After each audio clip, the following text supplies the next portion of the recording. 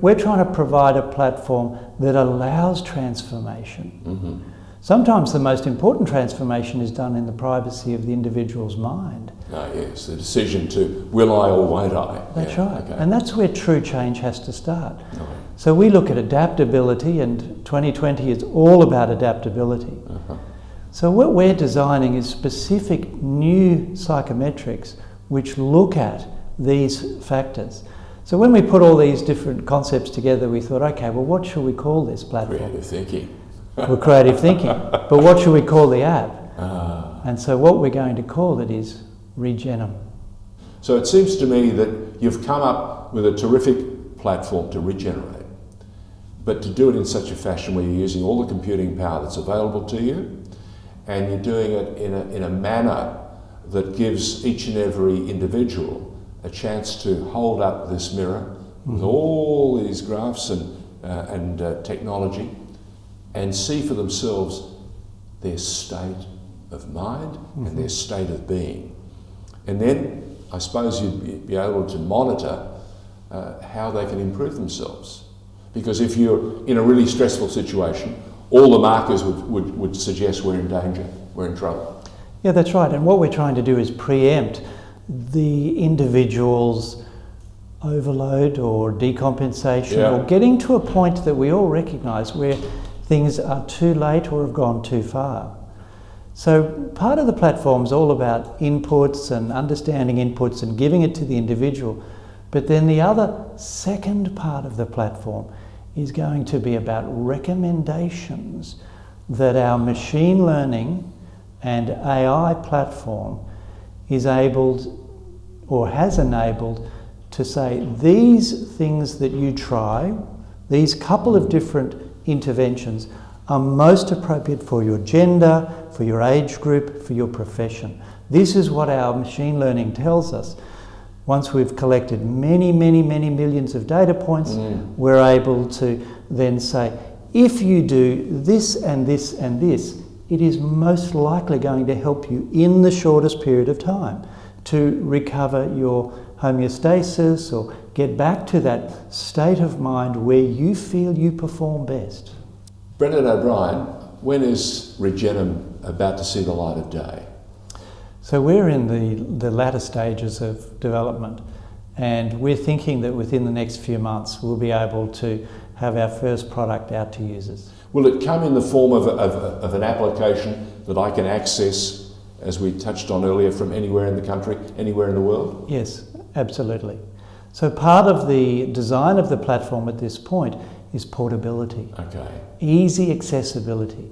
People need to be able to get it from the App Store or from their most recognised portal. We want it to be available freely and widely.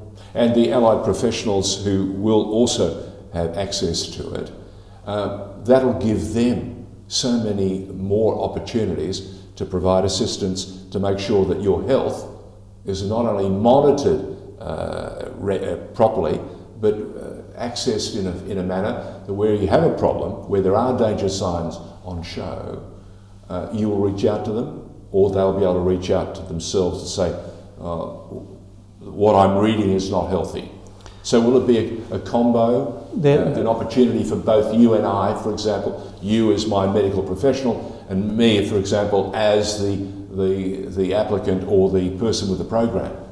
What we'd like to do is initially have the program, due to the level of security, we want the control completely in the hands of the user. Okay, all right. But we're looking at the potential of, with that user's permission, they can obtain a summarised report that might be available once a quarter, twice a year, that they can then share with their trusted primary care or specialist carer. What's a program like this likely to cost me?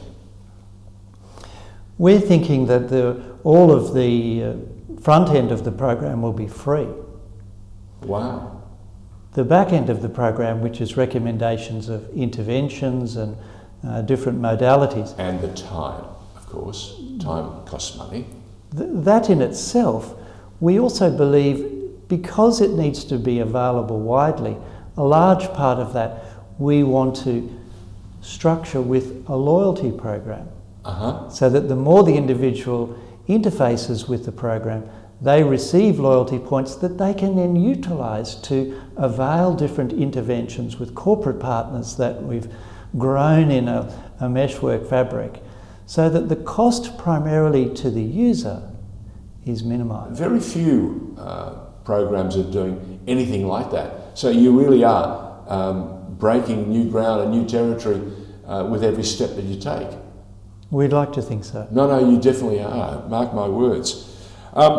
You've been working together to start this up. Who are the people behind it? How many people are behind this idea and this concept of Creative Thinking Institute? So at this point we've got a team of 13. So we've Lucky got 13, the baker's dozen. That's right. So we've got a fantastic, diligent, conscientious medical advisory panel where I, with 4 other colleagues, are working together to structure the balance and get the balance right. But in the company on a day-to-day basis, where I'm working with them, we have some terrific organisational psychologists, organisational developers, wow, scientists, research scientists, IT specialists. It's incredible. I've noticed here. You touched on it, medical professionals, cardiologists, ENT surgeons, pharmacists. You're touching every area of cutting-edge health. We believe you have to, get to the experts in their own area. For instance, the ENT surgeon, Ross Triolo, his area of expertise is in sleep apnea.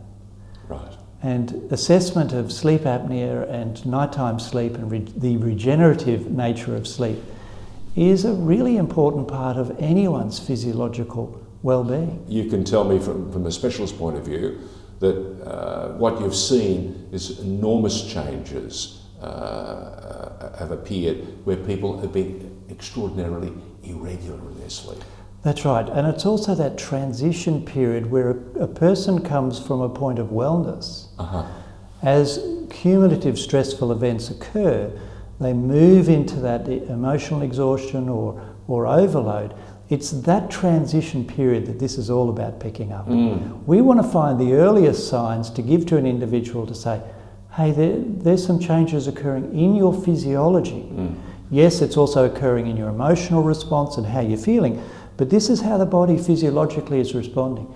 So we want to see how... And you're giving them a chance to pivot, which is the word that everyone's using these days. You're giving them a chance to recover, to adapt, take stock, to adapt.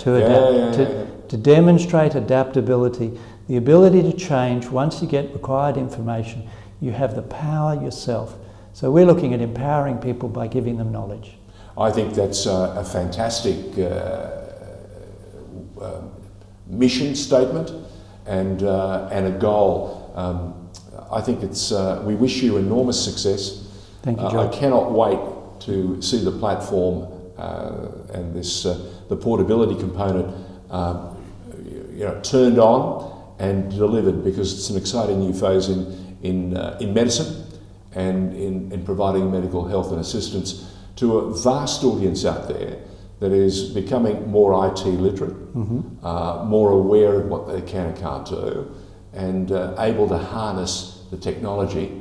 That seems to be something that people are wanting more and more. And of course, during this extraordinary period of disruption, what an exciting time through the chaos to give us an ability to regenerate. We'd like to help.